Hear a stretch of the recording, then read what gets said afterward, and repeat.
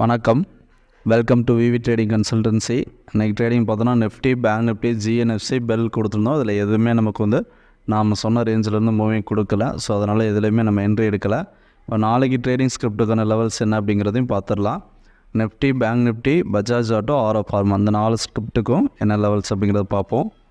இப்போ நிஃப்டி பார்த்தோம் அப்படின்னா S1 S2 level 24,000, 23,934. R1 R2 level பார்த்தோன்னா 24,252, 24,299. மார்க்கெட் ரெசன்ட் ஜோனில் தான் க்ளோசிங் நடந்திருக்கு. எகைன் பார்த்தோன்னா 24,300க்கு மேலே ட்ரேட் ஆச்சுன்னா மட்டும்தான் மேலே போகிறதுக்கான சான்சஸ் இருக்குது, இல்லைனா நமக்கு செல்லிங் வர்றதுக்கான சான்சஸும் இருக்குது. அடுத்து பார்த்தோன்னா bank Nifty R1 R2 level 52,842, 52,897. S1 S2 range பார்த்தோன்னா 52,248, 52,120. இது பார்த்தோன்னா இன்றைக்கி மார்னிங்லேருந்தே ஒரு பையிங் எடுத்து மேலே தான் க்ளோசிங் நடந்திருக்கு. Again R1 R2 range break ஆச்சுன்னா மட்டும்தான் மேலே போகிறதுக்கான சான்சஸ் இருக்குது. அதே சமயம் உங்கள் டே சார்ட் லெவலில் பார்த்தோம் அப்படின்னா டே சார்ட் லெவலில் புல்லிஷ் நல்ல புல்லிஷ் பிரேக் அவுட்டில் இருக்குது.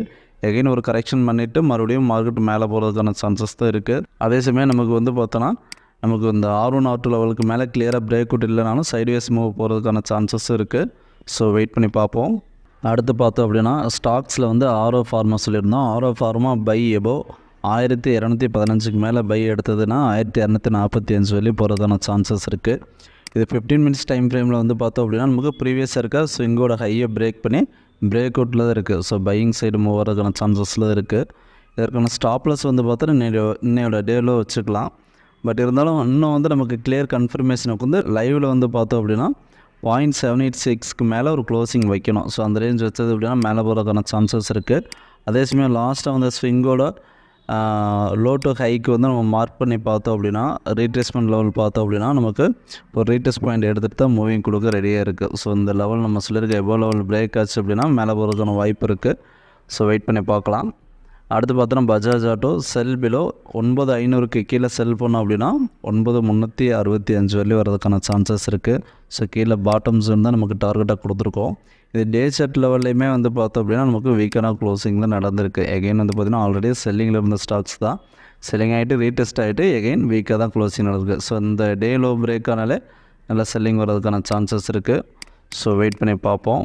இப்போ பார்த்தோம் அப்படின்னா நம்ம இந்த ஓவராலாக இந்த 4 ஸ்கிரிப்ட்டுக்குமே லெவல்ஸ் என்ன அப்படிங்கிறத பார்த்துருக்கோம். லைவில் இன்னும் என்ட்ரி கன்ஃபர்மேஷனுக்கும் லைவில் அப்டேஷன்ஸ் இருக்கும். அந்த அப்டேஷன்ஸ் தேவைப்பட்டது அப்படின்னா லைவ் மார்க்கெட்டில் பிங் பண்ணுங்கள், இல்லைனா கால் பண்ணுங்கள். Thank you. We are not a SEBI registered technical analyst. நாம் கொடுத்துருக்க technical levels only for educational பர்பஸ்க்காக மட்டும்தான். தேங்க்ஸ் ஃபார் வாட்சிங். நம்மளோட சர்வீசஸ் பார்த்தோம் அப்படின்னா ஸ்டாக் மார்க்கெட்டில் எப்படி ட்ரேட் பண்ணணும் அப்படிங்கிற கோர்ஸ் எடுத்து கொடுத்துட்ருக்கோம். நீடட் இருக்கிறவங்க இந்த வீடியோ எண்டில் வர நம்பருக்கு கால் பண்ணுங்கள், இல்லைனா பிங் பண்ணுங்கள். தேங்க்யூ.